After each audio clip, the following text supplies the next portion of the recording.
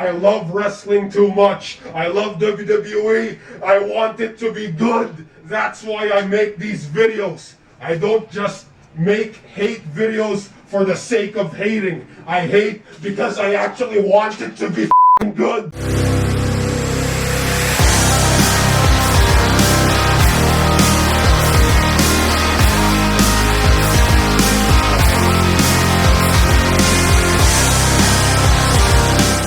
Hello everyone, my name is Anonymous Something, and this is kind of a continuation to the recent video I made. This video right here. Oh, I like to see you do a better storyline than what we got with AJ Styles and Cody Rhodes. Challenge accepted. I got 4 storylines right here. Of course, it's not detailed, but it gets the point across. So listen carefully, motherfuckers. At least something. Give us something. Well, luckily I'm here, so here is something. But before I go deeper into this video, I just want to tell everyone to go ahead and join the Hood Gang Network today. It only costs $2.99.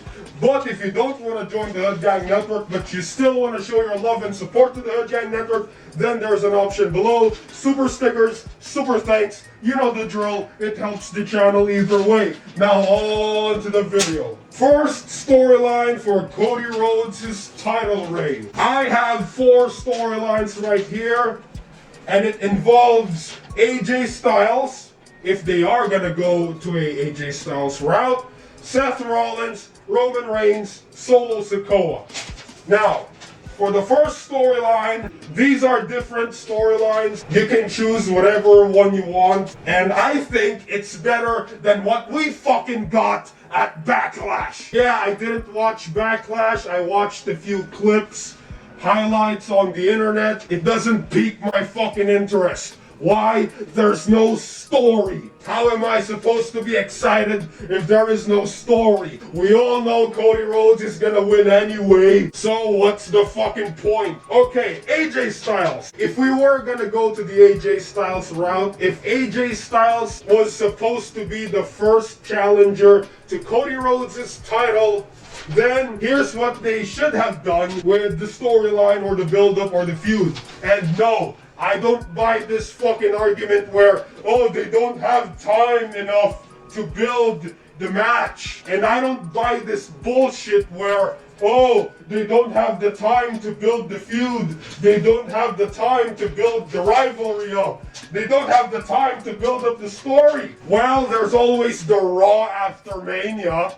They should have done something there. They should have done the #1 contenders match at Raw. They should have done that to save time instead of just fucking buying their time. They should have made the #1 contender on Raw. They announced it, and then the following episodes, the following Raws and SmackDowns, that's where you build the storyline so that there's time to build. There's time to cook the feud. At least do something.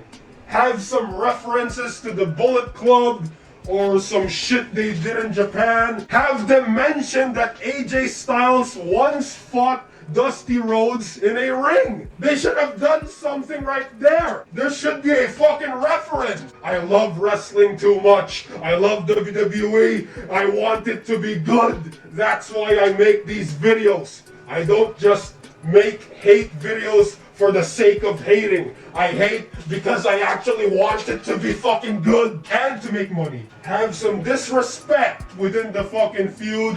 Not this, oh, I respect you, you respect me, let's have a great 5-star match. No, none of that shit. They should disrespect each other. Have the two have some arguments backstage and shit. And, you know, just overall just smack talk each other. So yeah, that's what I think they should have done if they were to do an AJ Styles route.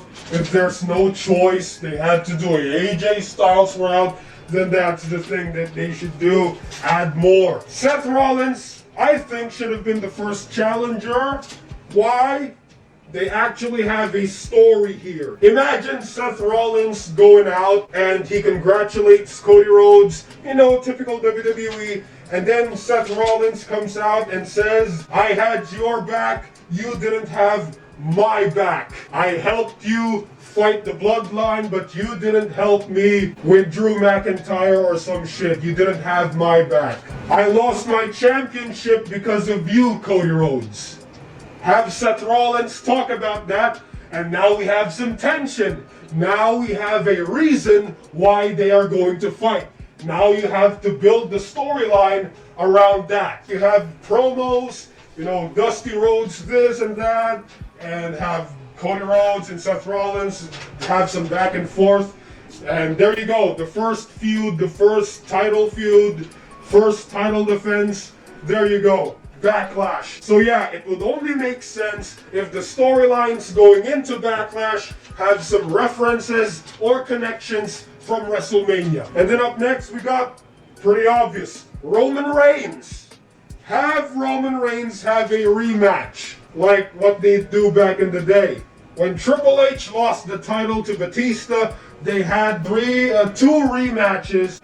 One is a normal match and one is a Hell in a Cell. So what they should do it here, in the end, Solo would betray Roman Reigns, and there you go, you get to set up the fucking bloodline storyline. So you're hitting two birds with one stone. You're having a storyline with Cody Rhodes, and then after that, Solo betrays Roman Reigns with the Samoan spike, and there you go, that right there is the seeds. You're planting the seeds to the eventual bloodline storyline. Or maybe just have Roman Reigns, I don't know, fight Cody Rhodes, Backlash, and then have them fight in another pay-per-view. But this time, in that pay-per-view, they would have an I Quit match. Loser leaves, whatever, and then have Roman Reigns have a break, and then Roman Reigns would eventually come back, and he would have a nuclear response. I'm giving you options. Now, for the last storyline, so let's say Seth Rollins and Roman Reigns are gone after WrestleMania, alright? They took a break. That leaves Solo Sikoa, or one of the Bloodline members. But for me, I think Solo Sikoa is the perfect fucking, challenger or whatever, because there are some connections. Solo Sikoa and Cody Rhodes fought before, and then after the match, Solo becomes angry and takes his anger out on Jimmy. And then some Bloodline members come out, and then they form the Bloodline. That's after the Cody Rhodes match. It's not much, but at least it's something. At least there's a fucking story, instead of just having, I respect you, you respect me. So what are your thoughts on this shit? What are your thoughts on my pitch? I'm just using logic here. What would the characters act like if this scenario happened? What would the character of Roman Reigns do after he lost the title? What would the character of Seth Rollins do after that shit happened?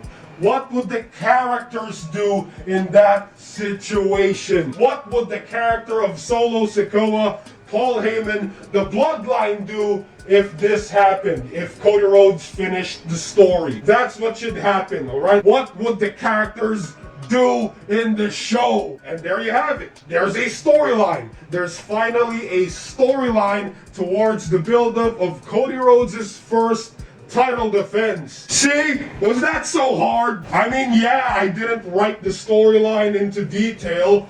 It's just pitches. If I were going to write word per word what the storyline would be, it would take me probably an entire day, but I'm not the writer of WWE, am I? I'm just giving pitches. What are your thoughts on this? Put it in the comments below and let me know.